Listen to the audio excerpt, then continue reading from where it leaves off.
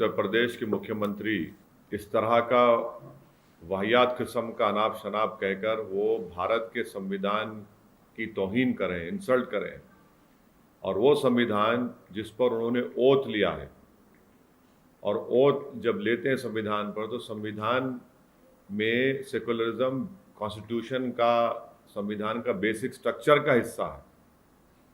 और अगर संघ परिवार बार बार ये कहता है कि वर्ड सेकुलरिज्म ऐड किया गया तो वो भी उनकी जहालत है। अगर वो भारत के संविधान की आर्टिकल 14, 19, 22, 25, 26, 29, 30 पढ़ेंगे तो ये पूरा रिफ्लेक्शन है भारत के सेकुलर ट्रेडिशन का, और ये भारत के संविधान में एक फंडामेंटल राइट्स हैं।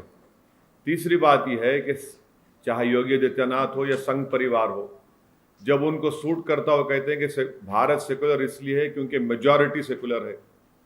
अब ये कह रहे हैं कि सेकुलरिज्म की वजह से भारत को पूरे विश्व में जो रिकग्निशन मिलना था वो नहीं मिल रहा है। चौथी बात यह है कि जब प्रधानमंत्री ने 2019 के चुनाव के बाद जब सेकुलरिज्म की आज इस तरह की होगी बात, के प्रधानमंत्री तो कॉन्स्टिट्यूशन को अपने सर पर उठा लेके बोले कि यही मेरे लिए किताब है। तो ये ड्रामा क्यों हो रहा है?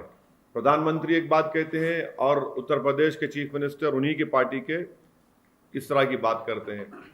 चौथी बात यह कि भारत सेकुलर इसलिए है क्योंकि भारत का संविधान सेकुलर है।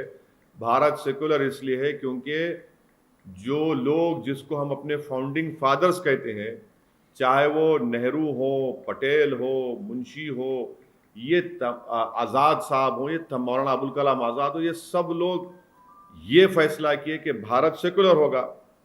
और अगर भारत की पूरे विश्व में अगर इज्जत नहीं है सेकुलरिज्म की वजह से, तो फिर योगी आदित्यनाथ को कंप्लेन करना चाहिए प्रधानमंत्री को कि भाई देखिए भारत की इज्जत नहीं है पूरी दुनिया में।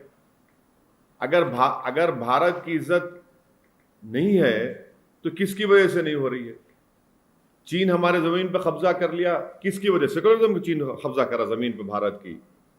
आज हम डेप्सांग को छोड़ रहे हैं तो इसे क्या सेकुलरिज्म की वजह से?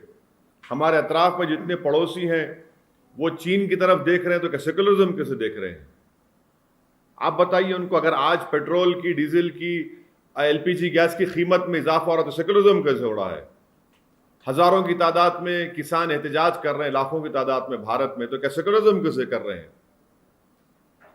नौजवानों को रोजगार नहीं मिल रहा है भारत में, बेरोजगारी बढ़ते जा रही है, तो क्या उसकी जिम्मेदार सेकुलरिज्म है?